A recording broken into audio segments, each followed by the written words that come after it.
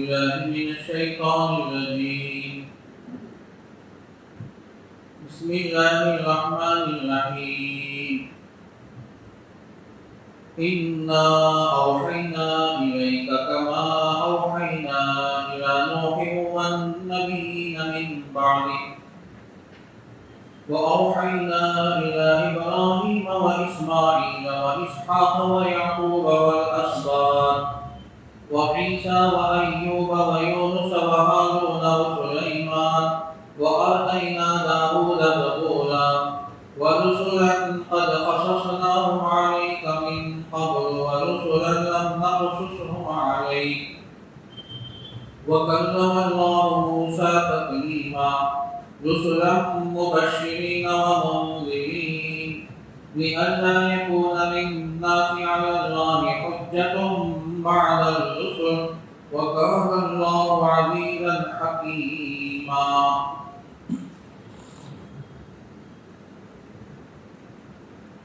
پناہ مانگتا ہوں کہ اللہ کی شیطان موجود سے. بسم اللہ الرحمن الرحیم. شروع کرتا ہوں کہ اللہ کے نام سے جو بڑا مہربان نہایت رحم والا ہے. جن آیتوں کی تلاوت ہوئی ہے یہ آیتیں سورہ نساء کی ہیں. ان آیات میں اللہ تعالیٰ حضرات انبیاء علیہ السلام کے اسماء اور ان کے حالات کو ذکر فرمایا. ان آیات میں اللہ نے حضرت نوح علیہ السلام، حضرت ابراہیم، اسماعیل، اسحاق، یعقوب اور ان کی اولاد، حضرت عیسیٰ، ایوب، یونس، ہارون، سلیمان، حضرت داؤد علیہ السلام، ان حضرات کا نام لیا. وجہ اس کی یہ ہے، مفسرین کرام نے لکھا ہے کہ ایک مرتبہ یہودیوں کی ایک جماعت اللہ کے نبی صلی اللہ علیہ وسلم کے پاس آئی اور آ کر کہنے لگی کہ آپ کے پاس اللہ تعالیٰ کی طرف سے وحی آتی ہے؟ اللہ کے نبی صلی اللہ علیہ وسلم نے فرمایا کہ ہاں آتی. پھر پوچھا کہ کیا تمہارے پاس جبرائیل آتے ہیں؟ فرمایا کہ ہاں جبرائیل میرے پاس آتے ہیں.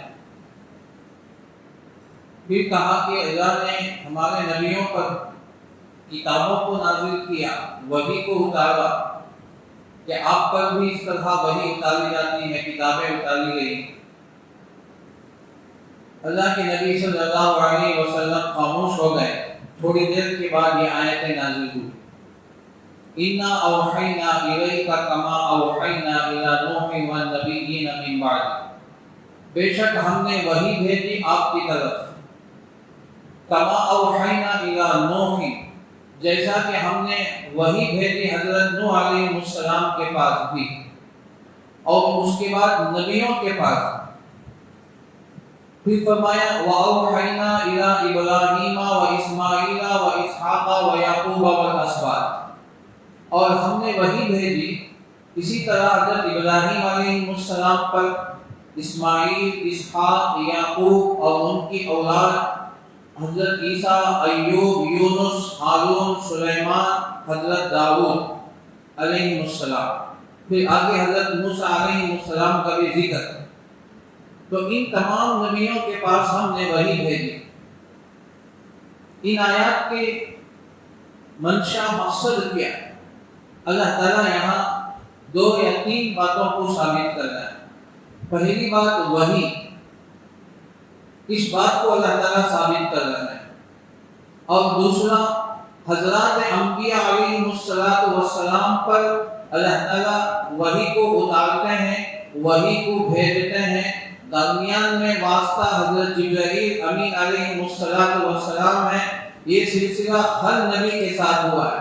حضرت آدم علیہ السلام سے لے کر حضرت محمد رسول اللہ صلی اللہ علیہ وسلم تک جتنے حضرات انبیاء علیہ السلام آئے ان تمام پر اللہ نے وحی کو اتارا ہے، وحی کو بھیجی. تیسری بات، ان پر اللہ نے کتابوں کو، بعض نبیوں پر صحیفوں کو اللہ نے اتارا، اللہ نے اس کو نازل فرمایا، اور اس کے ضمن میں یہ بات بھی بیان فرمائی کہ بعض نبیوں کے حالات ہم نے بیان کیا ہے، بعض نبیوں کے حالات ہم نے بیان نہیں کیا۔ قرآن کریم کے اندر اللہ تعالیٰ نے صرف چند نبیوں کا نام، چند نبیوں کے حالات ذکر فرمائے۔ مفسرین کرام نے لکھا ہے کہ 29 نام نبیوں کے قرآن کریم میں آئے، اور ان میں سے صرف 11 حضرات انبیاء علیہ السلام کے مختصر حالات کو اللہ نے بیان فرمایا۔ بقیہ جتنے انبیاء علیہ السلام کے صرف نام ہیں، ان کی پوری تفصیلات، پوری زندگی، پورے حالات قرآن کریم میں موجود نہیں۔ اللہ تبارک و تعالیٰ نے اسے پوشیدہ رکھا ہے، یہ اللہ تعالیٰ کی حکمت اور حکمت بالغہ ہے۔ اللہ نے ہر بات کو بیان نہیں فرمایا، اور ہر بات کو بیان کرنا، ہر بات کو ظاہر کرنا کوئی ضروری بھی نہیں۔ تو یہ 3 باتیں ان آیات میں اللہ ذکر فرماتے ہیں۔ پہلی بات، وحی کسے کہتے ہیں؟ وحی کے لفظی معنی آتے ہیں کوئی بات کسی کے دل میں القاء کر دینا جس سے دوسروں کو اس کی خبر اور اس کی اطلاع نہ ہو، اس کو وحی کہتے ہیں۔ وحا، یحی، اوحا، یوحی باب فعال سے آتا ہے، کوئی بات دل میں القاء کر دینا اس سے دوسروں کو خبر نہ ہو۔ امام بخاری رحمۃ اللہ علیہ بخاری کے اندر سب سے پہلے اسی آیت کو لے کر آئے۔ امام بخاری رحمۃ اللہ علیہ سب سے پہلے حدیث میں جو لے کر آئے، اِنَّا أَوْحَيْنَا إِلَيْكَ كَمَا أَوْحَيْنَا، کتاب الوحی فرما کر امام بخاری یہ آیت لے کر آئے اور اس سے بہت سی باتوں کو ثابت کیا۔ بہرحال امام بخاری نے بہت سی باتوں کو ثابت کیا، اتنی یہاں تفصیلات کا موقع نہیں۔ تو پہلی بات، وحی کسے کہتے ہیں؟ تو وحی کے معنی ہے، وحی کے اصطلاحی معنی ہے اللہ تبارک و تعالیٰ کا پیغام، اللہ تبارک و تعالیٰ کا کوئی حکم اللہ تعالیٰ اپنے نبی کے پاس کسی فرشتے کے واسطے سے یا بلا کسی فرشتے کے واسطے سے اللہ تعالیٰ اپنا پیغام نبیوں تک پہنچاتے ہیں۔ اس میں 2 باتیں، وحی کے اترنے کے لیے بعض مرتبہ وحی کو جو اتارا جاتا ہے فرشتوں کے واسطے سے، جس میں جبرائیل امین علیہ السلام کا واسطہ ہوتا ہے، اور بعض مرتبہ کسی فرشتے کا واسطہ بھی نہیں ہوتا، اللہ براہ راست آپ صلی اللہ علیہ وسلم کے قلب مبارک پر نازل فرما دیتے ہیں۔ نزل علی قلبک، ہم آپ کے دل میں اس بات کو اتار دیتے ہیں، تو آپ کے دل کو القاء کر دیا جاتا ہے۔ علامہ ابن حجر اسقلانی رحمۃ اللہ علیہ، علامہ اسقلانی رحمۃ اللہ علیہ نے وحی کے 5 قسمیں لکھے ہیں، اور امام نووی رحمۃ اللہ علیہ جو شارح مسلم ہیں وہ بھی کہتے ہیں کہ وحی کی 5 قسمیں ہیں۔ اب وہ تفصیلات کا وقت نہیں ہے چونکہ وہ درس حدیث کے اس سے متعلق ہے، جو حدیث کا درس ہوتا ہے ہم مدرسے میں طلباء کو تمام چیزیں پڑھاتے ہیں۔ اب یہاں مختصر اتنی بات ہے کہ وحی کے معنی تو آپ کے سامنے آ گئے، وحی کے اصطلاحی معنی یہ ہے کہ اللہ تعالیٰ کوئی حکم، کوئی پیغام، کوئی میسج اپنے نبی کے پاس بھیج دیتے ہیں، یا تو کسی فرشتے کے واسطے سے یا بغیر کسی فرشتے کے واسطے۔ اللہ تعالیٰ ڈائریکٹ بھی اللہ تعالیٰ وحی کو بھیج دیتے ہیں، تو اس کو وحی کہتے ہیں۔ اب اللہ اِنَّا أَوْحَيْنَا إِلَيْكَ یہ کہہ کر اللہ تعالیٰ نے یہودیوں کا منہ توڑ جواب بھی دیا اور نبی کریم صلی اللہ علیہ وسلم کو تسلی بھی دے رہا ہے، کہ اس لیے کہ یہودی اعتراض کرتے تھے کہ وحی آپ کے پاس آتی ہے، جیسے ہمارے نبی حضرت موسیٰ پر آتی ہے اور دیگر نبیوں پر وحی آتی ہے، تو اللہ تعالیٰ نے اس سے خطاب فرمایا اِنَّا أَوْحَيْنَا إِلَيْكَ، اے نبی جی ہم آپ کے پاس وحی بھیجتے ہیں۔ تو یہ اس سے یہودیوں کا منہ توڑ جواب بھی ہو گیا، اور پھر اللہ کے نبی صلی اللہ علیہ وسلم کو تسلی دے۔ یہ یہودی اہل علم ہونے کے باوجود جان بوجھ کر اس طرح کے اعتراضات کرتے تھے تاکہ اللہ کے نبی کے دل کو ٹھیس پہنچے، اللہ کے نبی صلی اللہ علیہ وسلم کو تکلیف ہو، یہ اس لیے وہ اس طرح کے سوالات کرتے ہیں۔ تو اللہ تعالیٰ نے ان کا منہ جواب، اور پھر اللہ نے اس کی دلیل دے کر تمام باتوں کو ثابت کیا، کما اوحینا الی نوح، کہ جیسا کہ ہم نے وحی بھیجی حضرت نوح کے پاس. تو یہ وحی کا سلسلہ حضرت نوح علیہ السلام، حضرت نوح علیہ السلام سے یہ سلسلہ چلا. اس سے پہلے حضرت آدم علیہ السلام کے پاس نہیں، لیکن اللہ نے حضرت نوح کا ذکر فرمایا، وہاں سے سلسلہ چلا ہے. والنبیین من بعد، اس کے بعد بہت سارے نبیوں کے پاس ہم نے وحی بھیجی، یعنی جتنے نبی آئے ان تمام نبیوں کے پاس ہم نے وحی بھیجی. پھر اس کے بعد اللہ تعالیٰ نے چند نام ذکر فرمائے، وَأَوْحَيْنَا إِلَىٰ إِبْرَاهِيمَ وَإِسْمَاعِيلَ وَإِسْحَاقَ وَيَعْقُوبَ وَالْأَسْبَاطِ وَعِيسَىٰ وَأَيُّوبَ وَيُونُسَ وَهَارُونَ وَسُلَيْمَانَ. 11 نبیوں کا ذکر، 11 نبیوں کا اللہ نے نام لیا. ان تمام نبیوں کے پاس ہم نے وحی بھیجی اور اسے بتا دیا کہ اے نبی محمد صلی اللہ علیہ وسلم، یہ وحی کا جو سلسلہ ہے یہ حضرات انبیاء علیہ السلام کے درمیان کامن ہے. ہر نبی کے پاس وحی آتی ہے، ہر نبی کے پاس ہم بھیجتے ہیں. تو اس لیے نبی غیر نبی میں فرق یہی ہے کہ ہم نبیوں کے پاس وحی بھیجتے ہیں، عام انسان کے پاس وحی نہیں آتی. وحی صرف حضرات انبیاء علیہ السلام کے پاس آتے ہیں. اللہ کے برگزیدہ بندے ہیں اور اللہ کے برگزیدہ مقدس ہستیاں ہیں، تو ان کے پاس ہم وحی بھیجتے ہیں، یہ بطور دلیل. تو انا اوحینا الیک، یہ کہہ کر اللہ تعالیٰ نے وحی کے بعد ثابت فرمایا. اب وحی کے 5 قسمیں اور وحی کا مقام کیا ہے. امام بخاری رحمۃ اللہ علیہ پہلے ہی صفحے کے اندر دوسرے صفحے میں تمام تفصیلات ذکر فرمائے. شیخ الحدیث فضائل اعمال میں بھی حضرت مولانا زکریا صاحب نور اللہ مقدوں نے بھی لکھا ہے، وحی کا سلسلہ جب اترتا تھا تو یہ اتنا سخت ہوتا تھا، کیونکہ اللہ کا کلام ہے، یہ کلام اللہ ہے. اللہ کا کلام جب اترتا تھا اللہ کے نبی صلی اللہ علیہ وسلم پر، تو سخت سردی کے موسم میں بھی آپ کے پیشانی مبارک سے پسینہ ٹپکتا تھا، پسینہ سے آپ شرابور ہو جاتے تھے.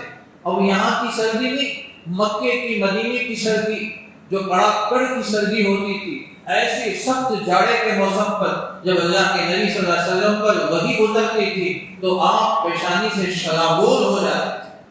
تو آپ کے پیشانی سے، چہرے انور سے موتیوں کی طرح پسینہ ٹپکتا تھا.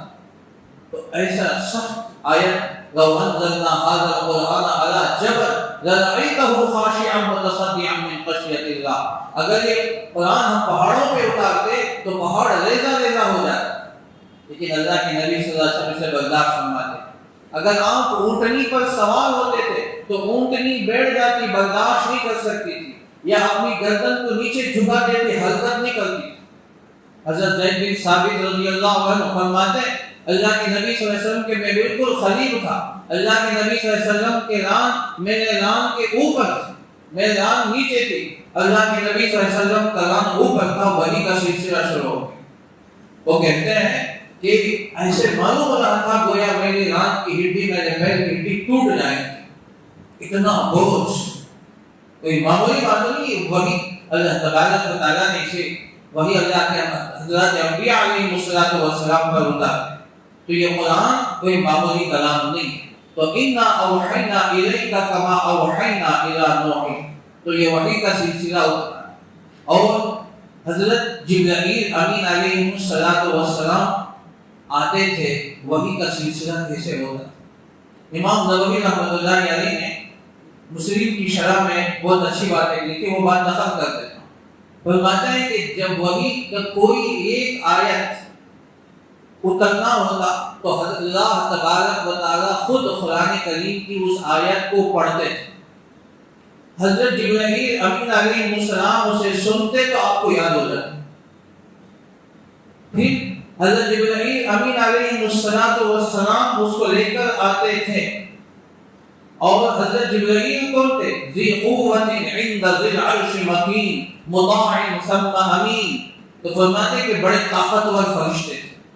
اور کبھی ان کے ساتھ 2-4 فرشتے اور بھی ساتھ ہوتے تھے بطور اعزاز کے، اس لیے کہ شاہی فرمان کو جب لایا جاتا ہے تو حضرت جبرائیل تو لانے والے ہیں، یہ مرسل ہے، مرسل الیہ ہے، مرسل تو بھیجنے والی اللہ تعالیٰ کی ذات ہے، مرسل الیہ جس کی طرف وحی بھیجی جاتی ہے، اور جو پیغام ارسال کیا جاتا ہے وہ قرآن کریم کی آیات ہیں تو وہ لے کر آتے تھے، تو ساتھ میں کبھی فرشتے بھی ہوتے تھے بطور اعزاز کے۔ بعض صورتیں ایسے ہیں جن پر حضرات جب تک فرشتے کی بڑی جماعت اترتی تھی، جیسے سورہ یوسف کے بارے میں آتا ہے، سورہ دخان کے بارے میں آتا ہے، سورہ انعام کے بارے میں آتا ہے کہ 70,000 فرشتے ان نزول کے وقت میں نازل ہوئے۔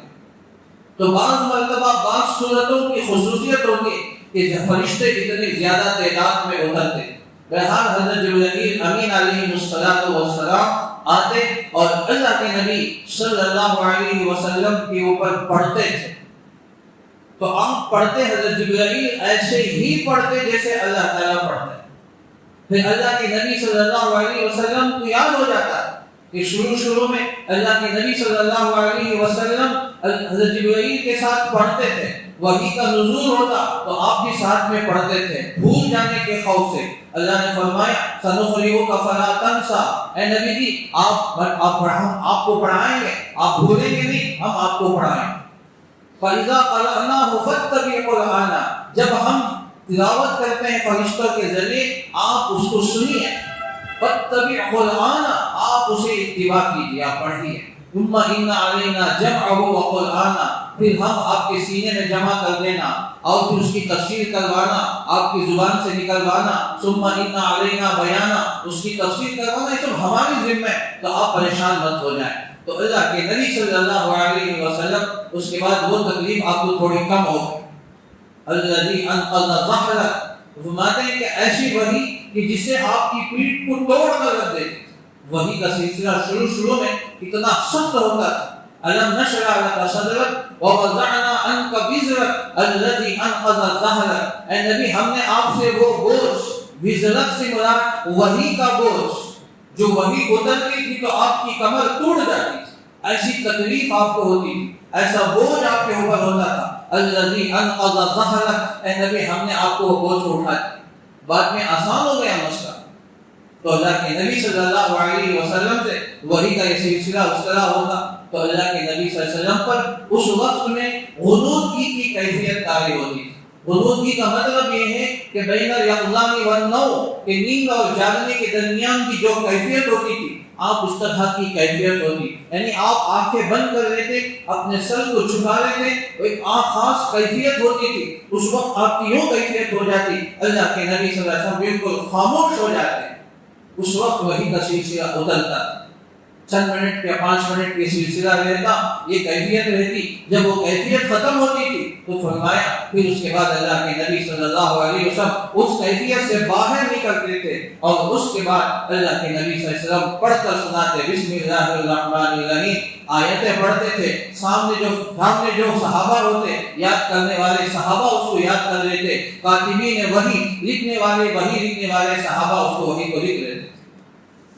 یہ سلسلہ تھا اللہ کے نبی صلی اللہ علیہ وسلم، جس کو امام نووی رحمۃ اللہ علیہ نے مقدم شرح مسلم کی شرح کے مقدمہ میں بات لکھی، تو میں رہا یہ وحی کا یہ سلسلہ اللہ تعالیٰ نے اپنے نبی پر، تو انا اوحینا الیک، بے شک ہے نبی ہم نے آپ کے اوپر وحی بھیجی، کما اوحینا الی نوح والنبیین من بعد، جیسا کہ ہم نے وحی بھیجی حضرت نوح علیہ السلام کے بعد، والنبیین من بعد، اور اس کے بعد نبیوں پر، وَأَوْحَيْنَا إِلَىٰ إِبْرَاهِيمَ وَإِسْمَاعِيلَ، اب ہر نبی کے پاس حضرت جبرائیل امین علیہ السلام اللہ کا پیغام، اللہ کے احکامات اور اللہ تعالیٰ کی طرف سے جو حکم ہوتا تھا ان احکامات کو لے کر آتے تھے حضرت نوح علیہ السلام کے پاس، والنبیین من بعد، اس کے بعد جتنے نبی آئے۔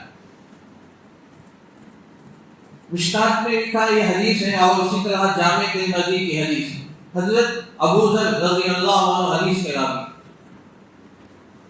شیخ الحدیث نے بھی فضائل اعمال کے اندر یہ حدیث لے کر آیا۔ ایک مرتبہ حضرت ابو ذر رضی اللہ عنہ نے پوچھا کہ اللہ کے نبی آپ بتائیں کہ انبیاء علیہم السلام کی تعداد کیا ہے؟ اللہ کے نبی نے فرمایا کہ 1,24,000۔ اس میں رسول کتنے تھے؟ حضرت ابو ذر غفاری نے پوچھا کہ اس میں رسول کتنے تھے؟ فرمایا کہ 315، ایک قول میں 313، دونوں روایتیں 315 اس میں رسول تھے، بقیہ حضرت انبیاء علیہم السلام۔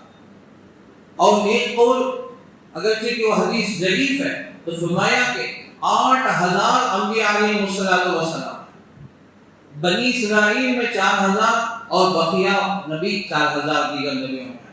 لیکن زیادہ راجح قول، صحیح قول یہی ہے جس کو مشکات صاحب مشکات نے نقل فرمایا، امام ترمذی نے جامع ترمذی کے اندر نقل فرمایا 1,24,000، اور ابو ذر رضی اللہ عنہ کی روایت زیادہ مشہور و معروف ہے اور تواتر کے ساتھ یہ روایت ثابت ہے کہ 1,24,000 انبیاء علیہم السلام۔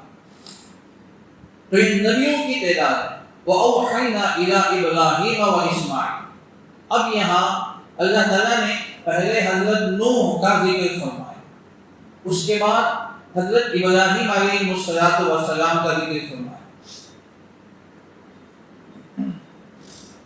حضرت نوح کا تذکرہ کیا، اس سے پہلے حضرت آدم ہیں، پھر ان کے بیٹے حضرت شیش ہیں، ان کے بعد حضرت ادریس ہیں، اور ایک دو تین نبی ہیں۔ اس کے بعد حضرت نوح علیہ السلام، حضرت آدم علیہ السلام، حضرت نوح علیہ السلام کے درمیان تقریباً 1,000 سال کا فاصلہ ہے۔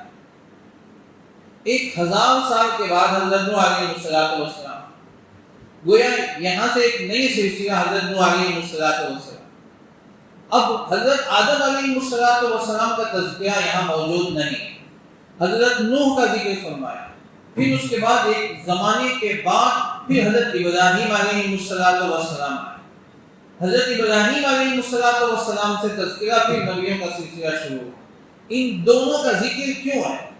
کما اوحینا الی نوح، پھر واوحینا الی ابراہیم، نوح کے بعد ہم نے وحی بھیجی نوح کے پاس، پھر ہم نے وحی بھیجی حضرت ابراہیم کے پاس۔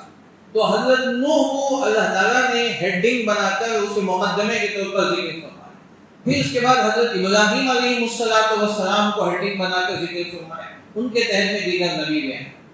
ان دونوں کا تذکرہ کیوں ہے؟ امام بخاری رحمۃ اللہ علیہ کے شارح علامہ ابن حجر عسقلانی نے لکھا ہے کہ سلسلہ جو حضرت نوح علیہ السلام سے شروع ہوا ہے، تو یہاں سے کفر اور ایمان کا تقابل شروع ہوا۔ کفر اور ایمان کا تقابل یہیں سے شروع ہوا، اس سے پہلے کفر اور ایمان کا تقابل نہیں تھا، صرف ایمان تھا۔ کفر اور شرک کا تقابل شروع ہوا، دونوں کا مقابلہ۔ تو حضرت نوح کی قوم کفر پر تل گئی اور 950 سال، 1,040 سال، 1,050 سال مختلف روایتیں، 900 سال سے زیادہ یہ ایمان اور کفر کا تقابل ہوا۔ حضرت نوح علیہ السلام نے بڑے مجاہدانہ زندگی گزاری اور پوری زندگی حالات میں گزرے، پوری زندگی آپ کے اوپر جو حالات قربانیاں انہوں نے دی ہیں، جو ہم جانتے ہیں کہ کیسے قربانیاں دی، اور ان کی قوم نے ان کو کیسے ستایا، کیسے تکلیفیں دی، کیسے حالات آئے، اب اس کو کہنے کی ضرورت نہیں، لیکن ہم سب جانتے ہیں۔ تو یہ حضرت نوح کا ذکر کر کے اللہ تعالیٰ اپنے نبی کو تسلی دے رہے ہیں کہ اے نبی جی، یہ ایمان اور کفر کا جو تقابل ہوتا ہے یہ حضرت نوح کے زمانے سے چلا آ رہا ہے۔ آج اگر ابو جہل آپ کے مقابل میں ہے، ابو لہب اگر آپ کے مقابل میں، عتبہ، شیبہ اور دیگر کفاران مکہ، کفار مکہ آپ کے مقابل میں آئے، آپ کا خاندان، آپ کے چچا آپ کے مقابل میں آ رہے ہیں، یہ کوئی نئی بات نہیں ہے، ہر زمانے میں یہ ہوا ہے، سلسلہ حضرت نوح سے شروع ہوا ہے۔ ایمان اور کفر کا تقابل، تو اس لیے اللہ تعالیٰ اپنے نبی کو تسلی دے رہا ہے۔ تو ان کو تسلی کا جو سامان نبی کو ملتا ہے وہی ہے، حضرت جبرائیل کی آمد ہے۔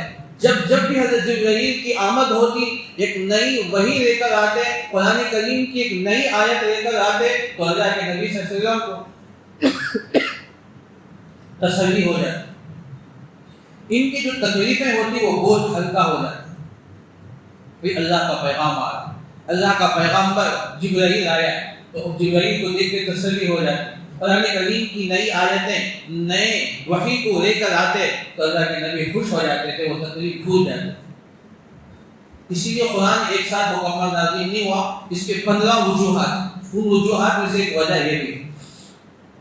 تو اللہ کے نبی صلی اللہ علیہ وسلم کو تسلی دے. تو حضرت نوح کا تذکرہ اس لیے کر رہا ہے کہ وہاں سے ایمان اور کفر کا تقابل، وہاں سے مومن اور کافر کا تقابل شروع ہوا. یہ دونوں آمنے سامنے ہوا ہے، تو جن کی وجہ سے حالات پیدا ہوئے اور ہر اس زمانے سے لے کر ایمان کو ختم کرنے کی کوشش، ایمان والوں کو ختم کرنے کی کوشش، ایمان والوں کو پسپا کرنے کی کوشش حضرت نوح کے زمانے سے شروع ہوا ہے. اے نبی یہ سلسلہ آج تک بھی ہے اور آپ کے ساتھ بھی یہ مقابلہ ہو رہا ہے، اور آپ کے بعد آپ کی امت کے ساتھ بھی یہ مقابلہ ہوگا، اور یہ قیامت تک یہ سلسلہ چلے. ایمان اور کفر کا تقابل، مومن اور کافروں کا تقابل، حق اور باطل کا تقابل دونوں آمنے سامنے ہوں گے. اللہ تعالیٰ اس بات کو یہاں ثابت کر رہا ہے، اس بات کو یہ سمجھا رہا ہے. کما اوحینا الی نوح، حضرت نوح علیہ السلام کا تذکرہ فرمایا. پھر اس کے بعد حضرت ابراہیم علیہ السلام. اب ایمان اور کفر کا تقابل چلا آتا رہا یہاں تک کہ حضرت ابراہیم علیہ السلام کا زمانہ آیا. یہی ایمان اور کفر کے تقابل کے ساتھ ساتھ یہ مناظرے کی شکل اختیار ہوگی. یہاں سے کافر بھرے مجمع میں وقت کا بادشاہ نمرود حضرت ابراہیم علیہ السلام سے مخابر ہو کر مناظرہ کر رہا. کہا کہ میں خدا، انا احیی و امیت، میں زندہ کرتا ہوں، میں مارتا ہوں. اس نے کہا کہ میں خدا ہوں، میں زندہ بھی کرتا ہوں، میں مارتا ہوں. حضرت ابراہیم علیہ السلام کے ساتھ مناظرے کی شکل ہوئی. تو یہ سلسلہ اللہ کے نبی صلی اللہ علیہ وسلم، اور کبھی یہودیوں سے مناظرہ ہوتا، کبھی عیسائیوں سے مناظرہ ہوتا، کبھی کفار مکہ سے مناظرہ ہوتے. اس کے کئی واقعات حدیث کے اندر موجود ہیں، فضائل اعمال میں موجود. آخر سوال و جواب.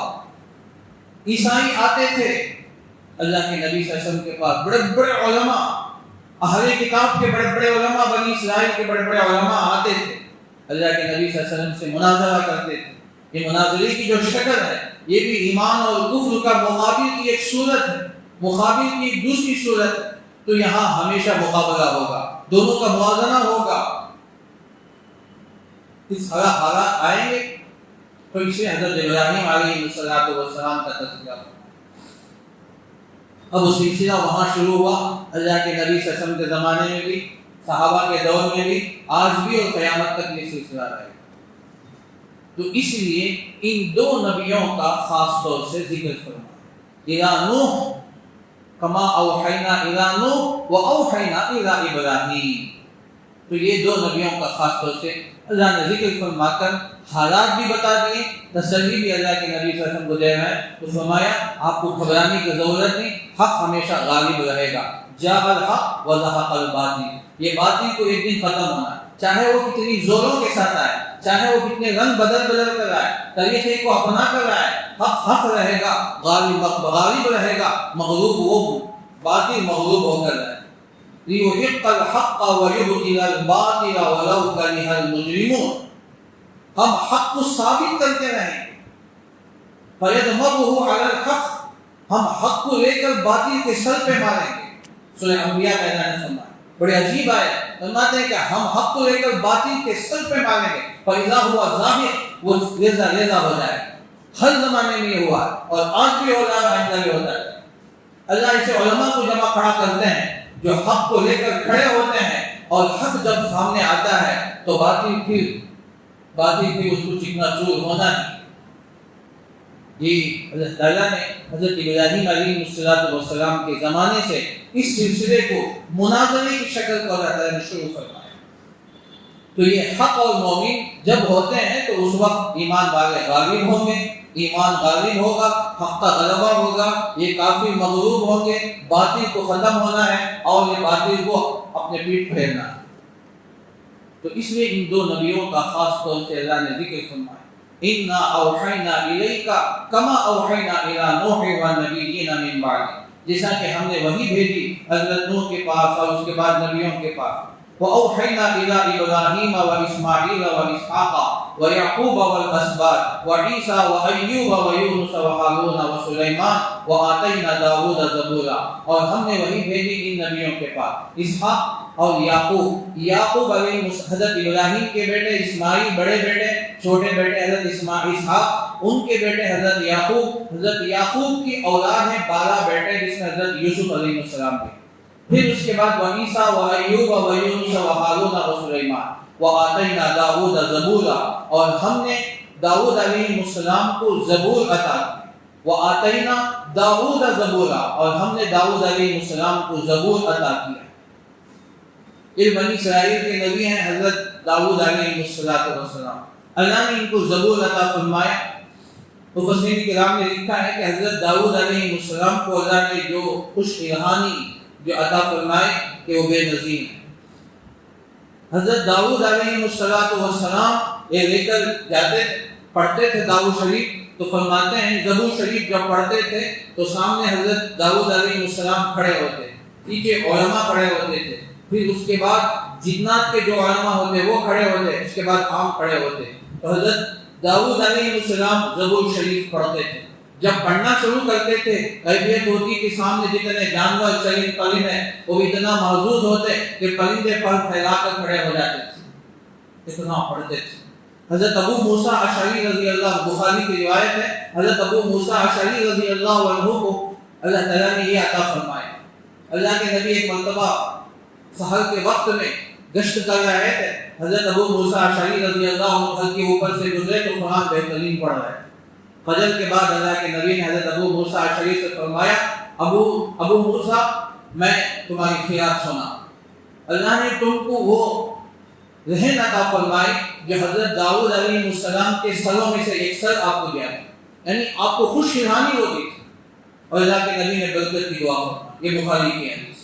حضرت ابو موسیٰ اشعری رضی اللہ عنہ، ابی بن کعب، عبداللہ بن مسعود، حضرت علی کرم اللہ وجہہ، یہ وہ ہیں جو قاری قرآن ہیں، قرآن کو بہترین انداز سے پڑھتے تھے. وآتینا داود زبورا، اور ہم نے حضرت داؤد علیہ السلام کو زبور عطا فرمائے. اللہ تعالی ہم کو بھی قرآن شریف خوش الہانی کے ساتھ پڑھنے کی توفیق عطا فرمائے اور قرآن کو سمجھ کر پڑھنے کی توفیق عطا فرمائے. ایمان پر